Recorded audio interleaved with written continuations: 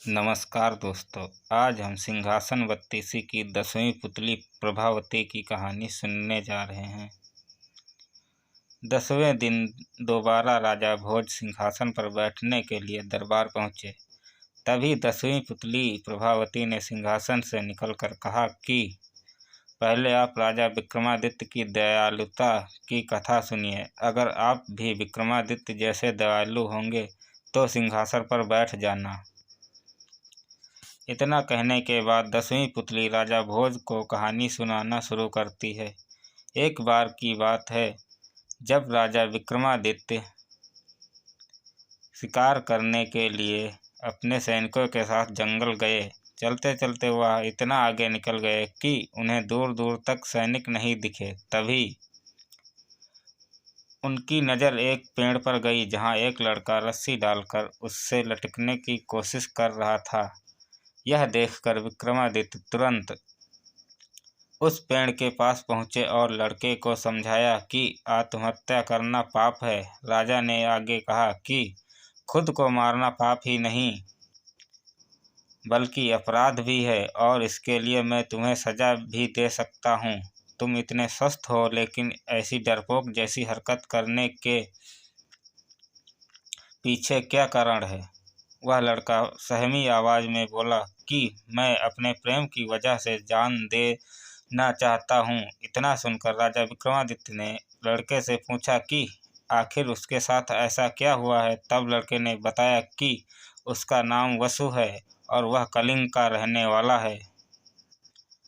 एक दिन वह जंगल से गुजर रहा था, तभी उसकी नज़र एक लड़की पर पड़ी। युवती को देखते ही उसने शादी करने का प्रस्ताव रख दिया, लेकिन लड़की ने विवाह करने से मना कर दिया। इसकी वजह उसके पंडित की भविष्यवाणी थी कि वो जिससे भी प्यार करेगी उसकी मौत हो जाएगी। इसी वजह से उसके पिता ने भी उसे पैदा होते ही दूर एक कुटिया में भेज दिया था। दर्द भरी आवाज़ में युवक ने आगे कहा कि लड़की से विवाह करने के लिए मुझे गर्म तेल की कढ़ाई में कूदकर जिंदा निकलना होगा, जो संभव नहीं है। इसी वजह से अब मैं जीना नहीं चाहता। वसु की बातें सुनने के बाद विक्रमादित्य ने उसे वचन दिया कि वो विवाह उसी लड़की से कराएंगे जिससे वो प्यार करता है। इतना कहकर राजा अपने साथ वसु को लेकर लड़की की कुटिया में पहुंच गए। वहां पहुंचते ही विक्रमादित्य ने कुटिया के तपस्वी से उस युवती का विवाह वसु से करने की बात कही। इस प्रस्ताव को सुनते ही तपस्वी ने कहा, खौलते तेल की कढ़ाई से जिंदा बाहर आने वाला ही उस युवती से विवाह कर सकता है। फिर राजा ने कहा कि लड़के की जगह वह तेल की कढ़ाई में कूदने को तैयार हैं। राजा के इस आत्मविश्वास को देखने के बाद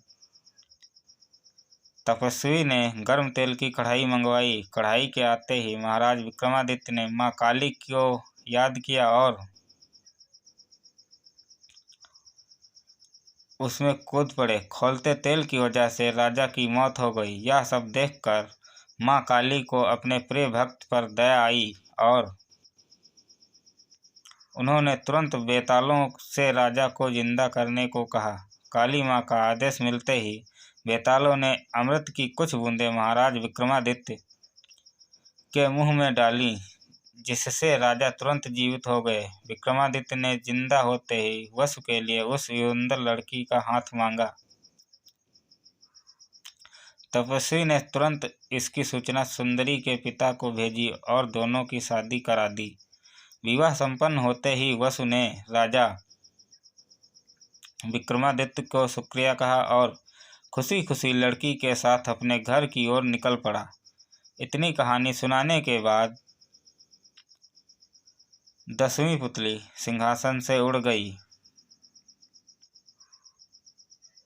इस कहानी से हमें यह सीख मिलती है कि दूसरों का भला करने वालों का भगवान हमेशा साथ देता है। इसलिए मुश्किल में किसी को भी अकेला नहीं छोड़ना चाहिए।